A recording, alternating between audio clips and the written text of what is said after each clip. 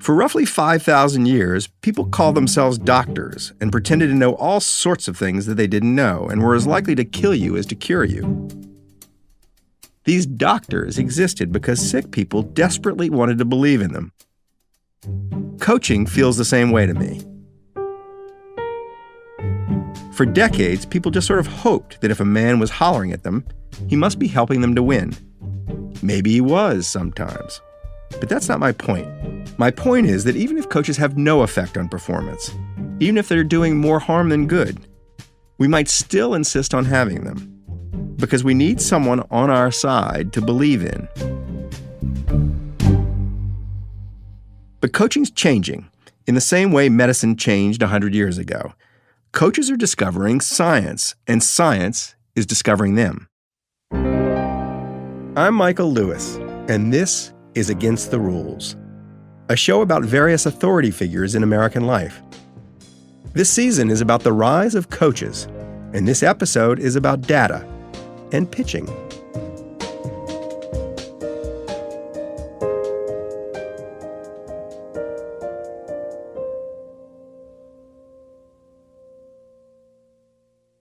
A while back, in 2003, I published a book called Moneyball.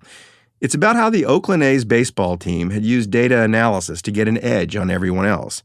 They were a poorly funded team in a small market. They had no money to spend on players, but their new and better statistics enabled them to value baseball players more accurately, so they could sell the players that were overvalued and trade for the ones that were undervalued. I remember at the time being shocked at the notion that baseball players could be misvalued. I mean, baseball players have been doing the same job for a century, out in the open, in front of millions of people. Rillo swings and misses this one quickly on the right field. The base knock. Robinson makes his turn at second. But suddenly, all over, a thing that had been done a certain way forever was now being done a totally different way. Everyone in baseball started using data and getting all sorts of insights from it. And the insights led not just to better valuations of baseball players, it eventually led to a new kind of coaching. In the past, it used to be that many coaching positions were almost a sinecure. That's Ben Lindbergh, co-author of a book called The MVP Machine. It's about a revolution in how the world's best baseball players get coached. It was the coaches who were the manager's pals, his drinking buddies, would become the coaches. And there wasn't that much coaching going on at the major league level. It was sort of reinforcing lessons that had already been taught and keeping guys in line. But there wasn't that much expectation that coaches would improve players once they got to that level. But that was about to change big time. Ben was part of a huge and growing crowd of data geeks outside of baseball who spent lots and lots of time analyzing players and building models to try to predict their performance. As sophisticated as the statistical projection models are, they'll only really look at the player's past performance and his age and maybe some comparable players from the past, and they'll spit out a projection that say, well, he was this good in the past few years, and we'll adjust for the ballpark, and here's how old he is, and so here's our median projection for him. And so all of a sudden, there are players who are just busting out of those projections. Exactly, and a projection system would never forecast that. It might say that someone's going to get a bit better or a bit worse, but typically it won't say that someone is going to do something that's completely out of line with their past performance. In other words, teams had gotten really good, or at least a lot better, at evaluating the potential of all their players. But the players were still playing better than expected. So much better that the analysts were a bit suspicious. But the last time you saw this was with the steroids era, that all of a sudden players were performing in ways that the projection models would never have guessed. And you're kind of seeing it, but without an explanation as obvious as steroids. Exactly, yeah. Ben started looking into what these players were doing, the ones who were dramatically exceeding the analysts' expectations. The overperformers all had something in common: coaches who use new technology. One of the really big innovations has been the high-speed camera. So a company called Edgertronic, which developed these cameras for scientific purposes, has found that much of its business has come from baseball teams, because baseball teams have found that if you train these high-speed cameras on players, you can perceive things about players' movement that they didn't know about themselves. And the coaches using these cameras were very different from the old school baseball coaches, the sinecure guys. For a start, the new coaches weren't former big league players. In some cases, they didn't even know any big league players. My name's Kyle Bodie. Like this guy. I was 22 years old, started coaching Little League, and I realized quickly that I just didn't know anything about coaching. Kyle had just moved from Ohio to Seattle, where he'd landed a part-time job as a Little League coach. Yep, that's how he started in life, as a Little League baseball coach. I had played some. My father was a coach, but I figured I owed it to the kids to learn just a little bit more about keeping their arms healthy. And he had some questions, like how many pitches should a kid be allowed to throw, and what was the best way to throw them? I mean, I was once a pitcher, and I spent half my life with my arm in an ice bucket. To this day, I can't sleep on my right shoulder. Throwing a ball overhand, it might look like a natural and healthy thing to do, but it's not. Kyle Bodie looked around for research on the subject. But unfortunately, it was all very nonspecific, kind of very academic research. And then the training programs and the coaching programs that were out there were very bland, not based on any sort of evidence. It really shocked me. So Kyle started to do research on his own. Then he got a promotion from Little League to the freshman team at a Seattle high school. But he found himself at war with the JV and varsity coaches at the high school. They were coaching the old-fashioned way, telling players what to do, hollering at them when they screwed up, praising them when they didn't. Actively coaching athletes just typically makes them worse. Just intervention is typically one of the worst things you can do. What are the points of friction with the old coaching model? Like, what specifically kind of things would you do that were heretical? So informing the athlete that, like, whatever they're doing is not good enough, and then just seeing how they change over time and how they will self-organize was a real heretical idea, right? Because most coaches think that they have a lot to give to the athlete, and my view on it still is today, is that they're good enough. Like, we just need to give them the right direction and let them figure it out for the most part. You ever read a book called The Inner Game of Tennis? I have, yeah. It's one of my favorites. Anyway, in his first year coaching, Kyle's freshman team won as many games as they lost, which was actually pretty great. That season, the school's varsity and JV teams were losing most of their games. But at the end of the year, the head coach fired Kyle because the other coaches hated his methods. They thought he had no clue how to coach. That didn't stop Kyle. He doubled down on his approach. And he wound up building what amounted to a baseball bionic man factory. Driveline baseball, he called it. So describe to me this laboratory you build. In its current incarnation, it's about 15 high-speed motion tracking cameras. There's force plates in there to measure ground reaction forces. It tracks every movement 240 times per second, and it's sub-millimeter accurate. So every movement can be tracked down to at least 1 millimeter of accuracy, and usually much better. Let's go. 100.4. 93.7. The high-speed cameras allow Kyle to measure the speed of a pitcher's arm, among other things. The faster a pitcher's arm, the faster the ball comes out of it, in theory. 103.0. Yeah! In practice, not all pitchers are able to translate their arm speed into ball speed. Two guys with the exact same arm speeds might throw very different fastballs. If someone's arm speed is extremely high and the ball comes out at like a lower predicted velocity based on like a regression algorithm, then we know that there's some inefficiencies there that we should be able to easily clean up. That is, you could identify people with the God-given talent to throw a baseball because you had new insight into where that talent came from. So when that happens, are you thinking there's this pool of players out there who have high arm speed, low velocity that we can just fix? That's all that I think about pretty much every day. And could you like drive around with a little truck and put people in the back of your truck and test their arm speed? Is that what you would do? Yeah, that's actually funny. We almost bought an RV to do exactly that, to drive around the country with our lab. It turned out he didn't need to drive around looking for people with this weird arm talent. They found him. I realized that I needed to make a change going into the season. I was helping out my dad's team and trying to make money in every way. That's Matt Boyd.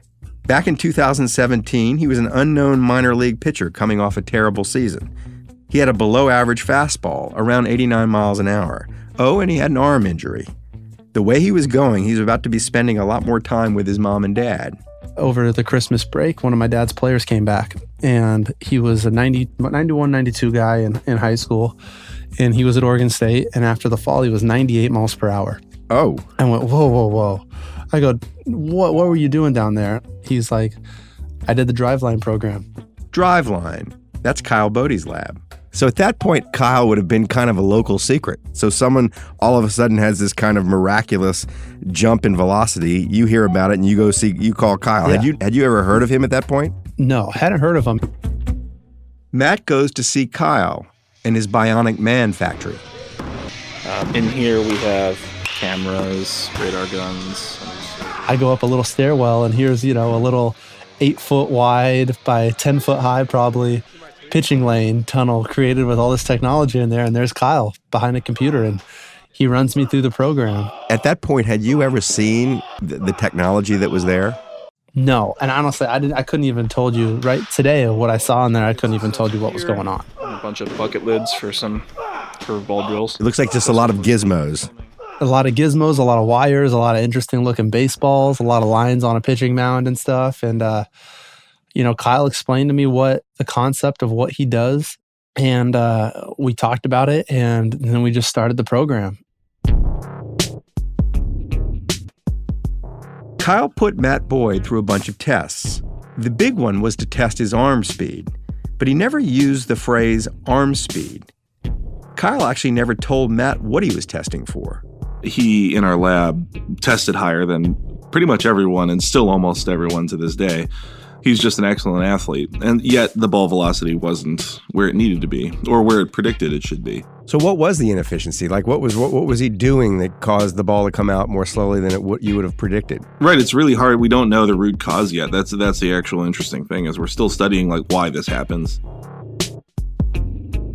At the lab, Kyle hands Matt these really heavy balls to throw.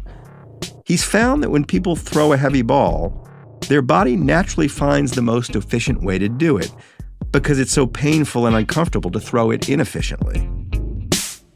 Matt basically moves into the Bionic Man factory and throws heavy balls the entire off-season, then rejoins his minor league team.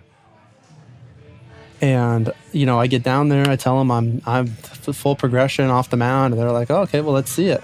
And my first bullpen, I'm 92 to 95. Oh. And I think everyone's going, what the heck happened? And even I'm going, man, I'm throwing the baseball up in the zone now. This is amazing. This is so cool. Like, when all of a sudden you've got this new weapon. Yeah. When you got this fastball that's coming out of your hand 3 or 4 miles an hour faster than it usually does. What do you notice in what happened and how hitters respond and how the effectiveness hitters have against you? I remember going in to AA that season, and we had a catcher named Jack Murphy who was about 4 or 5 years older than me. And he went up and told me, he goes, Matty, you have a new fastball. You need to pitch off it. I remember I was kind of scared. I was like, what? I've never done that in my life. I'm always fastball changeup, and then I mix my curveball in, but he challenged me, and all of a sudden I'm like striking guys out on 3 fastballs in AA. And I'm going like, is it this easy? Like, this is all it took? By the end of that season, Matt Boyd had been called up to the major leagues, to the Detroit Tigers, to be a starting pitcher. Paints in and then paints away. Both fastballs. 1-2 pitch to Bird. Another strikeout for Matthew Boyd to start the 4th. They now pay him $5.3 million a year and feel like they're getting a deal. And Kyle Bodie, well, now he has a new job too. I'm the president and founder of Driveline Baseball and the director of pitching initiatives of the Cincinnati Reds. Being stuck at home these days, you probably don't think much about internet privacy on your own home network. Fire up incognito mode on your browser and no one can see what you're doing, right? Wrong. Even in incognito mode, your online activity can still be traced. Even if you clear your browsing history, your internet service provider can still see every single website you've ever visited. That's why, even when I'm at home, I really should never go online without using ExpressVPN. ExpressVPN makes sure your internet service provider can't see what sites you visit. Instead, Your internet connection is rerouted through ExpressVPN's secure servers. Simply tap one button and you're protected. So protect your online activity today with the VPN that many people trust to secure their privacy. Visit my special link at expressvpn.com/rules, and you can get an extra 3 months free on a 1-year package. That's expressvpn.com/rules. expressvpn.com/rules to learn more.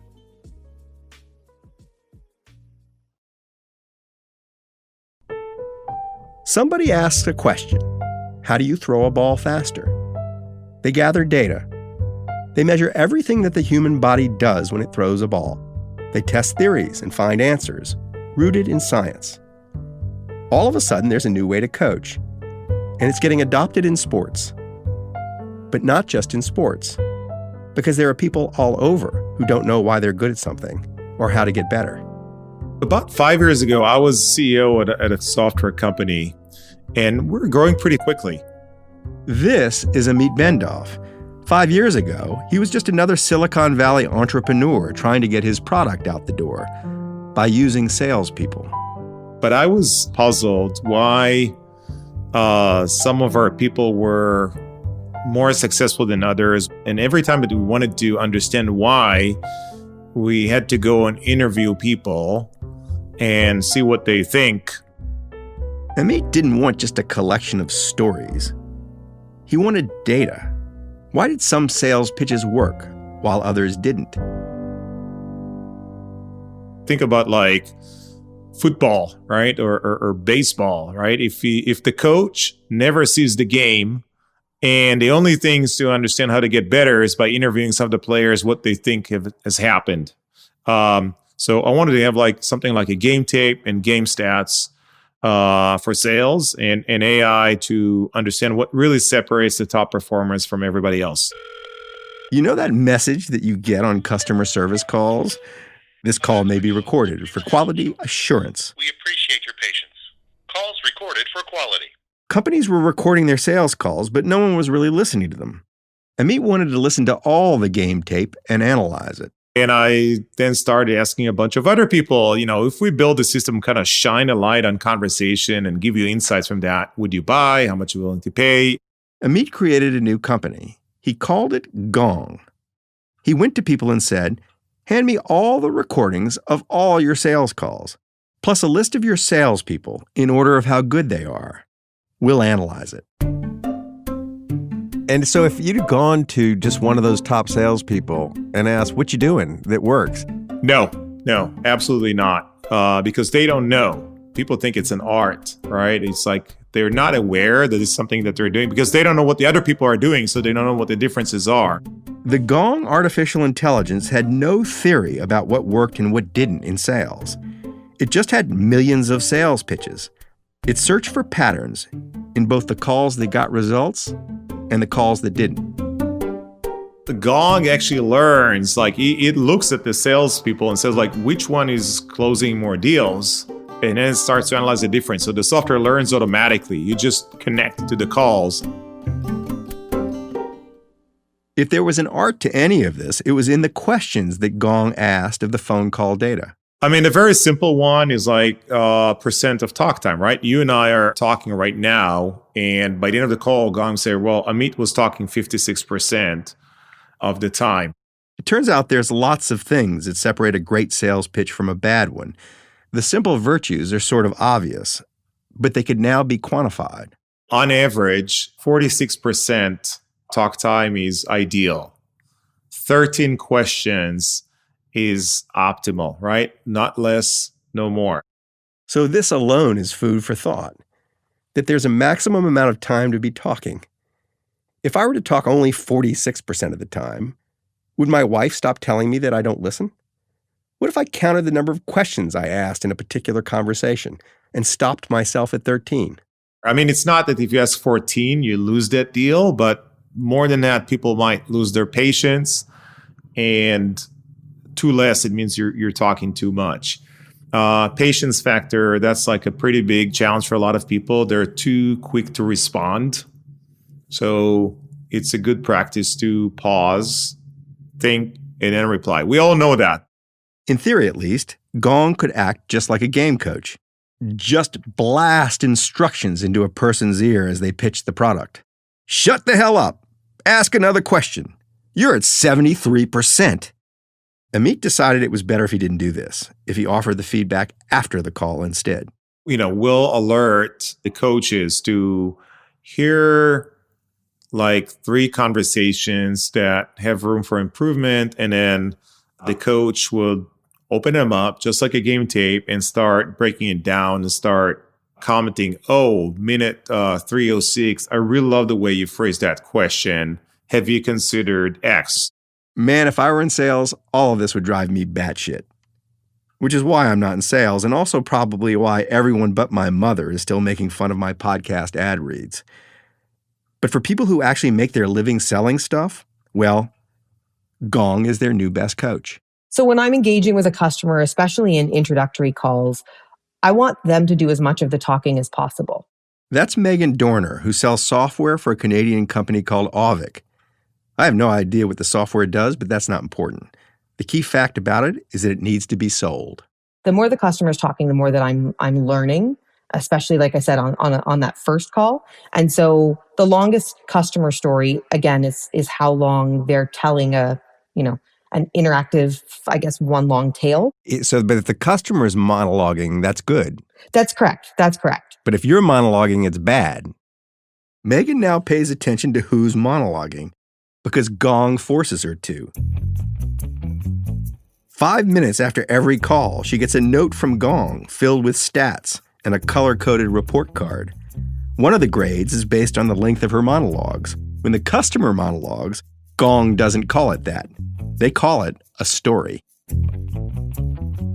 If you've got a woman of few words on the other end of the line, there's not much you can do to tease a big story out of her. You're totally right. And that's when I find that my longest monologue, longest customer story, and talk ratio could be all in yellow. Yellow is Gong's color grade for a C. Green is an A. Red is an F. Megan's never in the red. She's one of Auvik's top salespeople and also, almost by definition, a salesperson that Gong thinks is great.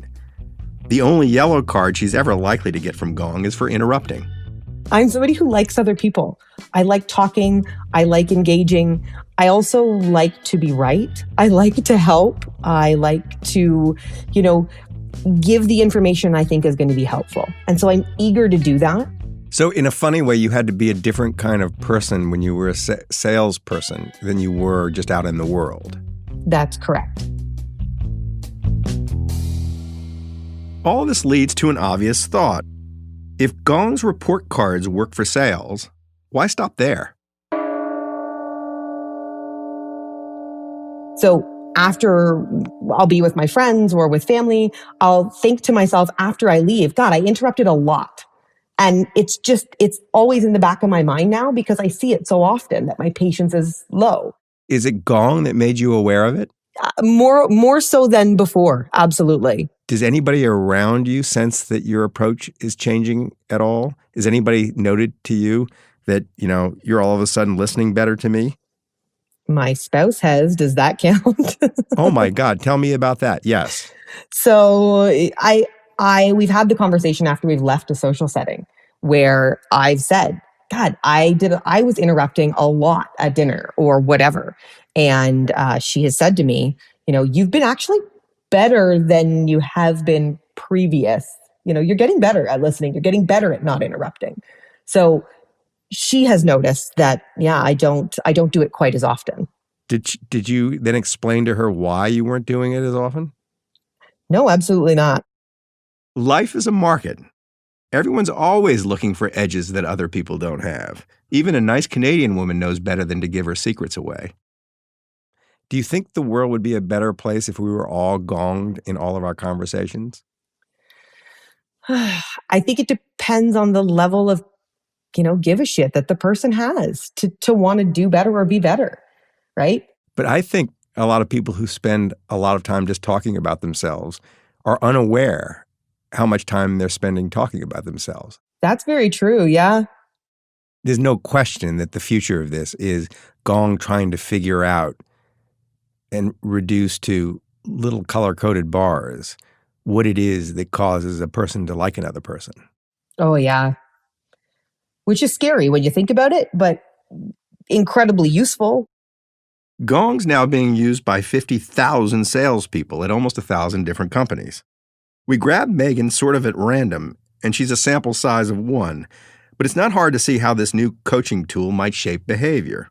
It creates new stats, Gong stats. The stats capture something true about the performance, the same way that, on-base percentage captures something true about a baseball hitter's performance. The management pays more to the people with good stats, and so soon everyone's just adjusting their game. Baseball hitters are learning plate discipline, and salespeople are learning patience. Most salespeople would say Gong has changed my game forever.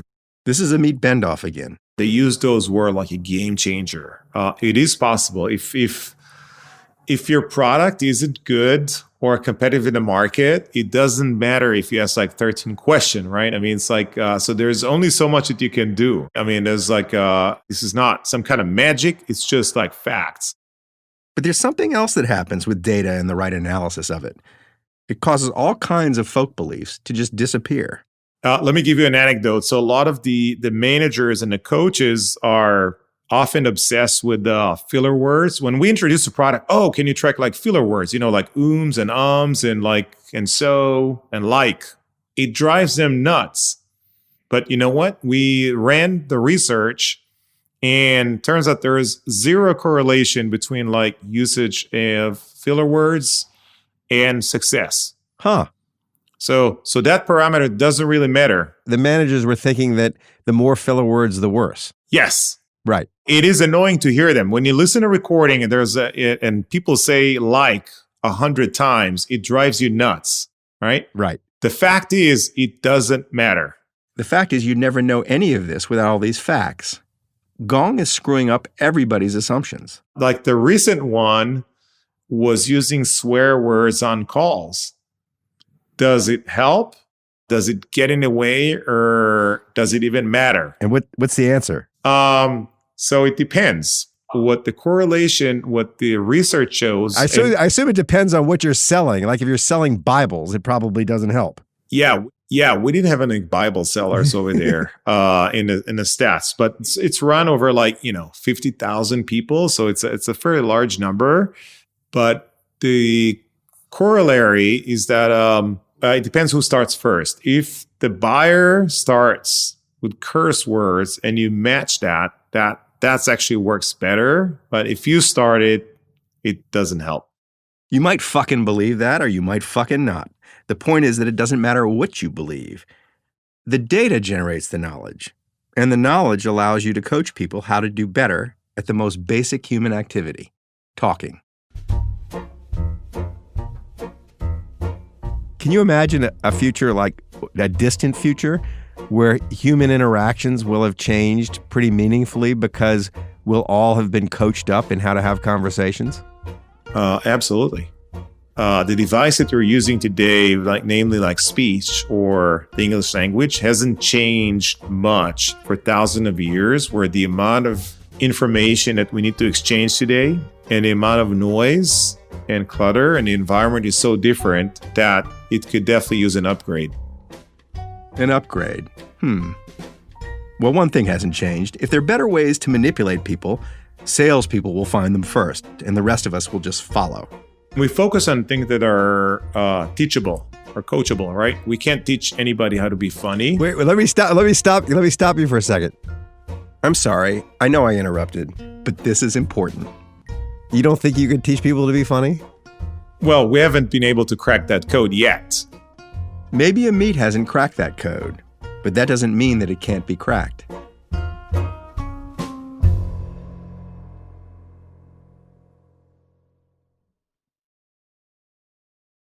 You can measure precise things contained in the conversation, the words that people are saying to each other, and how it influences outcomes. Allison Wood Brooks is an associate professor at the Harvard Business School. We're on a date. Do you want to go out with me again? We're on a sales call. Did it convert to a sale? All kinds of things that you can connect the content of the conversation with things that really matter, with outcomes that really matter. Professor Brooks takes all these conversations and analyzes them.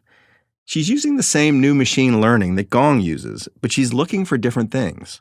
Give me an example, one example of something that you learn from this technology, like something someone says that leads the other person to say, want to go on a date the next I'll give time. you that exact example. We have a data set of people doing speed dating. Each person went on like 20 dates, okay? Quick, 4 to 5 minute speed dates in round robin fashion. At the end of each date, you say, are you willing to go out with that person again? And they record and transcribe all the interactions. So now we see exactly what people are saying on their dates, and we can measure what are the things that people are doing and saying that make them more likely to be more dateable in the future. And one thing that really matters is question asking. So asking more questions for both men and women on these heterosexual dates leads to better dating outcomes. Really? Especially follow-up questions. Huh. How do you know that the people who are asking the questions aren't just naturally more attracted to the people who they're asking the questions of? So 2 things. 1, we can control for other aspects of attractiveness in this observational data. 2, we then come back to Harvard and run experiments where we tell people, ask a lot of questions in one condition, or another condition where we say we don't tell them anything. In the condition where they're asking a lot of questions, they also are more attractive and likable. This new line of research has uncovered the various ways that people gain power and authority in conversation. This professor can prove that they work, and it's just made her want to ask even more questions. Even if you know conceptually what a charismatic, smooth, productive conversationalist looks like, is there any way that you can train people to actually get better at executing it? Brooks has all this data, some of it from Gong, but also from doctor's appointments and work meetings and parole interviews and speed dating sessions and on and on and on. She uses the data to test theories about conversations. And one of those theories is about humor. There's this great work that this sense of play, right, is like the key to psychological safety and thriving and creativity. It's the only way that you can really be creative in the presence of others if you feel safe to say something stupid and silly. That all sounds sensible to me, but do you have any data to back up the Absolutely. argument? Absolutely. What's the data? Let me tell you about one paper. It's a bi-directional finding, meaning people who have high status tend to be more free and use humor more freely. But the more interesting direction is, if you are of low status, if you can land a joke, people perceive you as higher status. A lot of polite laughter happens. But if other people think what you said is actually funny, appropriate for the circumstances, and at least one person laughs at it, your status takes this huge jump. Totally true. Right? So yes, it pays to be funny. Funny gets you status, and status gets you money. But the mystery remains. Can funny be coached? There's a part of me that wonders if there's a version of what's going on in baseball coaching that doesn't apply to what you're doing. And what's going on in baseball coaching is the technology has generated all this data about how a pitcher's body moves. And they're able to identify people who have an aptitude for doing things that is untapped because they have whatever the fundamental attribute is, arm speed, that you can't teach. But translating the arm speed into a speed on a fastball is a different thing. And I wonder if there's an equivalent in conversation where you could identify the core traits that lead to conversational excellence. And you could figure out who's sort of maxing out and who's not and why. Totally. And not only that, Allison's taken everything she's learned about human speech, humor, and the rest, and built it into a new course at the Harvard Business School. It's called How to Talk Gooder in Business and in Life. It's trying to turn conversation into a science. It's like having the right arm for the fastball and not doing it quite right. You've got the brain space and the ability to do it. You just didn't think to do it. That's the dream scenario. And that's really the hope with these HBS students, right? These are super smart people who maybe just haven't heard the right strategies. Hundreds of Harvard students tried to get into Allison's new class. She accepted 70 of the world's most ambitious people, hoping that the science of conversation will offer them yet another edge in life. Many people would find it odd to approach a conversation seeking to maximize the profits of it. Exactly. Oh, it's But they icky. won't. No, they'll love it. They'll love it. They want to perform optimally in every way in their lives. And this is the moment-to-moment way that you achieve that. Moment to moment. And in each moment, there's now data, which can be used by a coach. I'll be checking in with Allison's students next week and asking a new question. When you start to get an edge like this, a data edge, does the coaching start to shade into something else? Something that's maybe against the rules?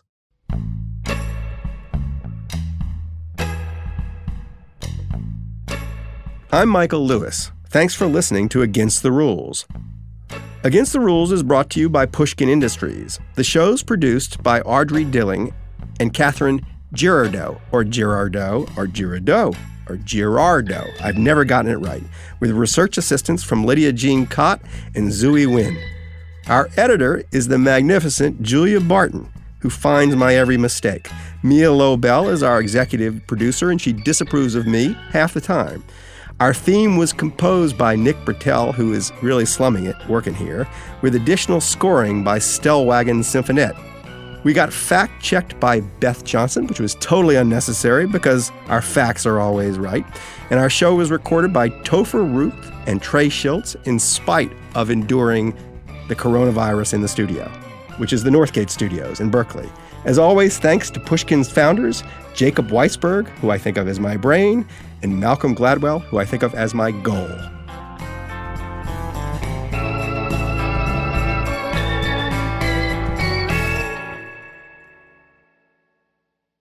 Do you sense that the challenge with men is different from the challenge with women? We do have a good amount of research on gender in conversation. For example, we know Matthias Mell at the University of Arizona has this great paper showing that men and women are equally talkative. And even though women have the stereotype of being chattier, what he finds is that men and women both speak about 16,000 words per day.